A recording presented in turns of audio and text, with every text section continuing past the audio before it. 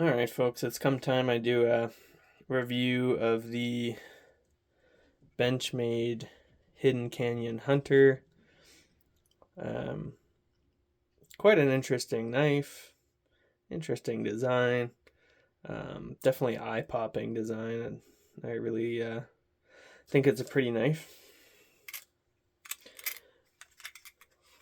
You can see the sheath is kind of bi-colored, so if you're right-handed and you got this carrying this kind of the way I have my Ulti-clip on there, it's the orange part faces out, which is fine. If it's in your pocket, you're not going to see it. But the nice thing, this is intended for hunting. This is essentially a hunting knife. It's been designed for hunting, but it works really well as an EDC knife.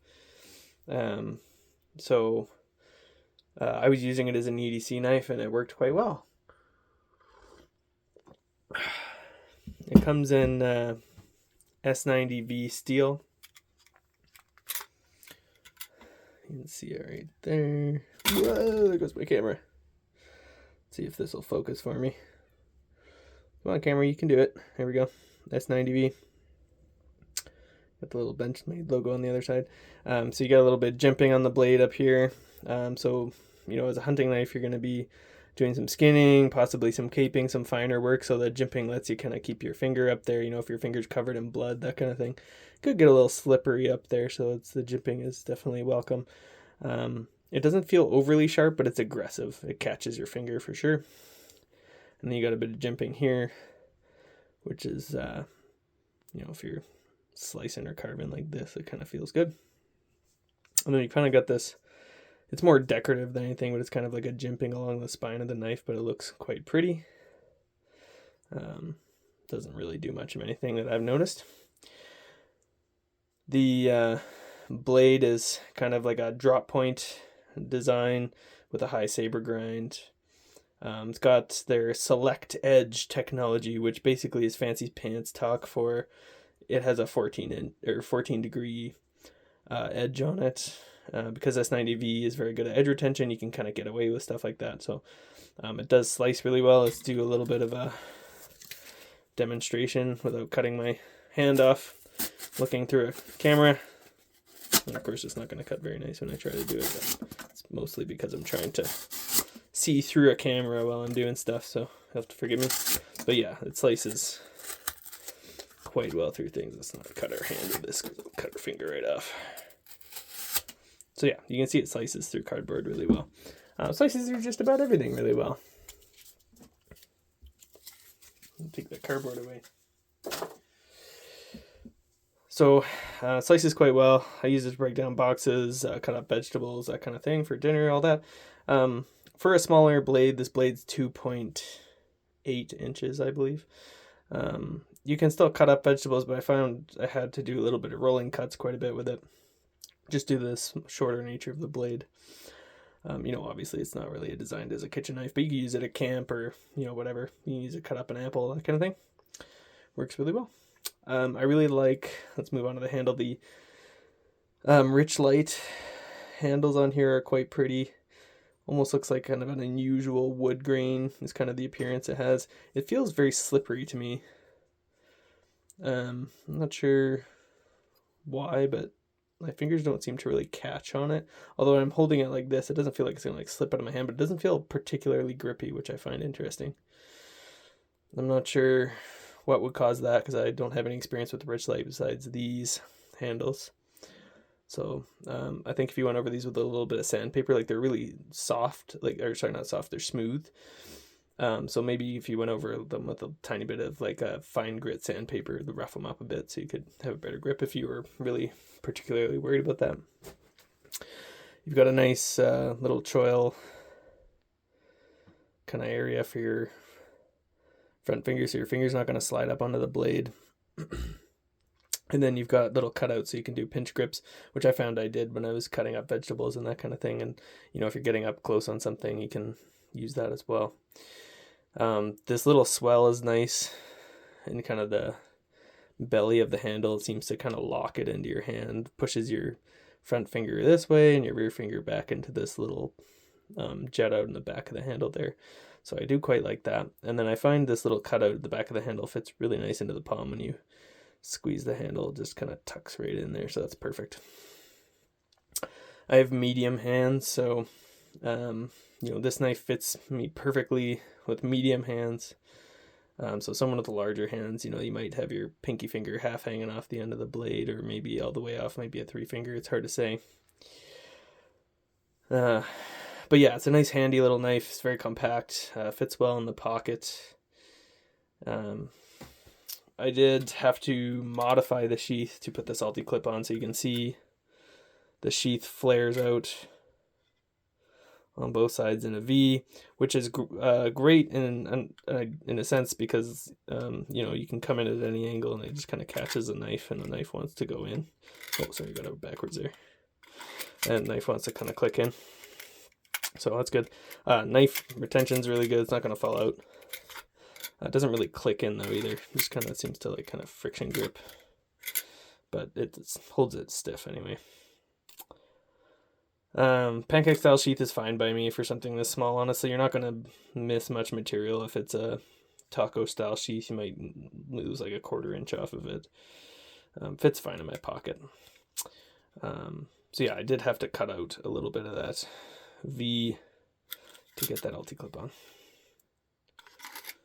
but now it sits nice in my pocket.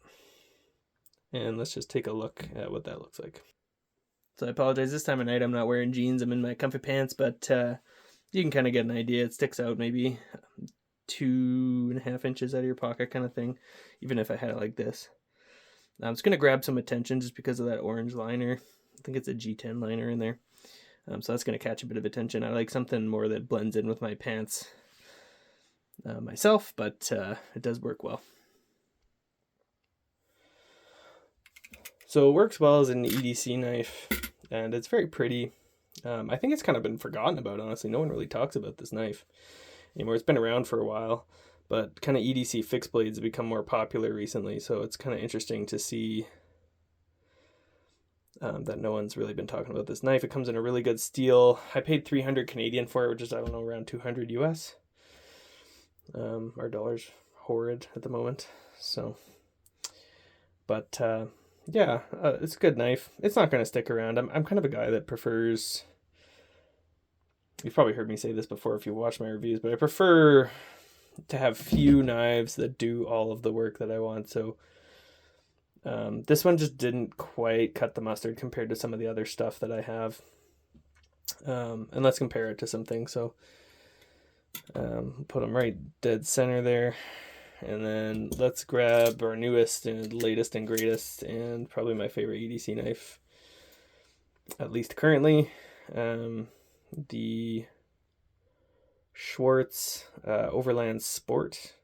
This was one of his drops that he does. He drops them in kind of cool sheath colors and cool scale colors and different types of Cerakote and stuff.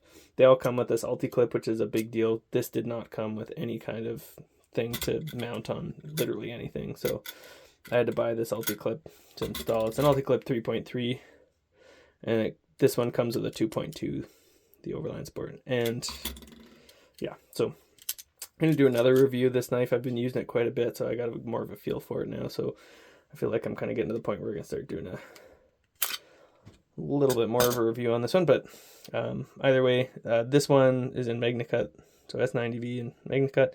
They're basically almost the same. I think the blade length is identical, 2.8 inches if I remember correctly. And you can see they're essentially the same size. I believe they're almost identical in blade length and handle length. So I do find this one has a thinner, a little bit maybe thinner of a handle. It feels like a thinner handle anyway. Still locks into the hand nice, but maybe not quite as comfortable and rounded of a handle. Yeah, I think I would agree with myself. So you can, let's see if I can get this camera to focus, for Christ's sake. There we go. Oh my Christ. Camera, you're drunk.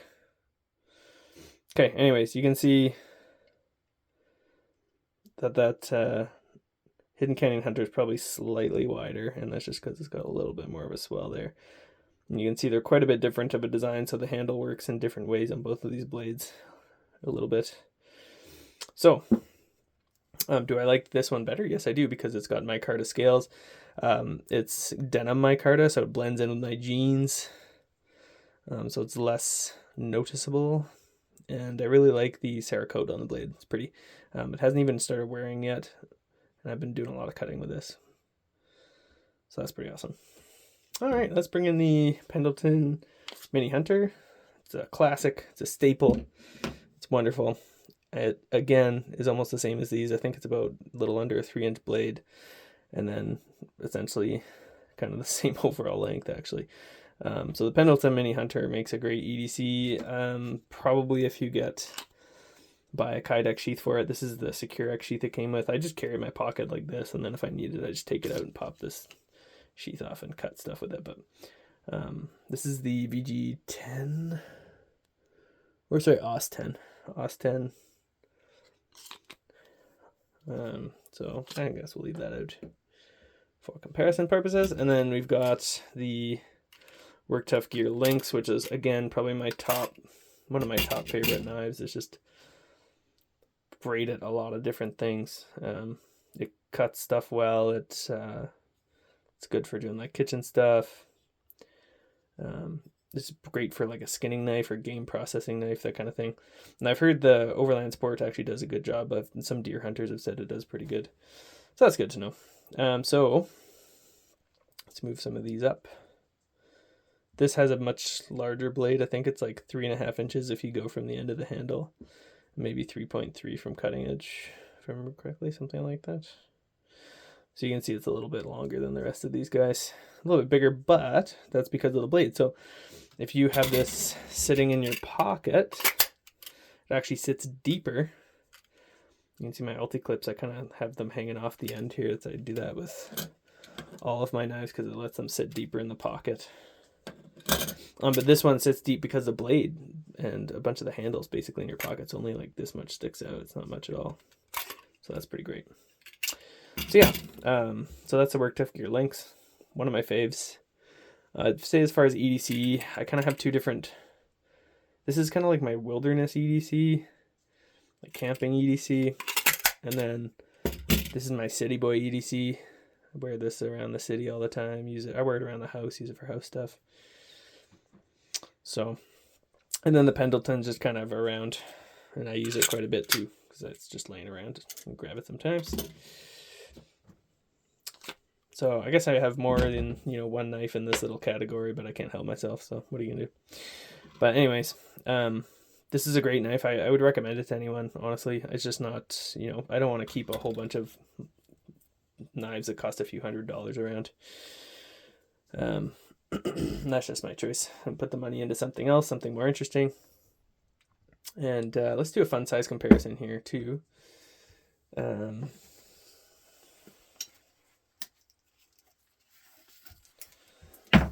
Put this great big bastard of a blade on here, and there's my hand Frank Bowie.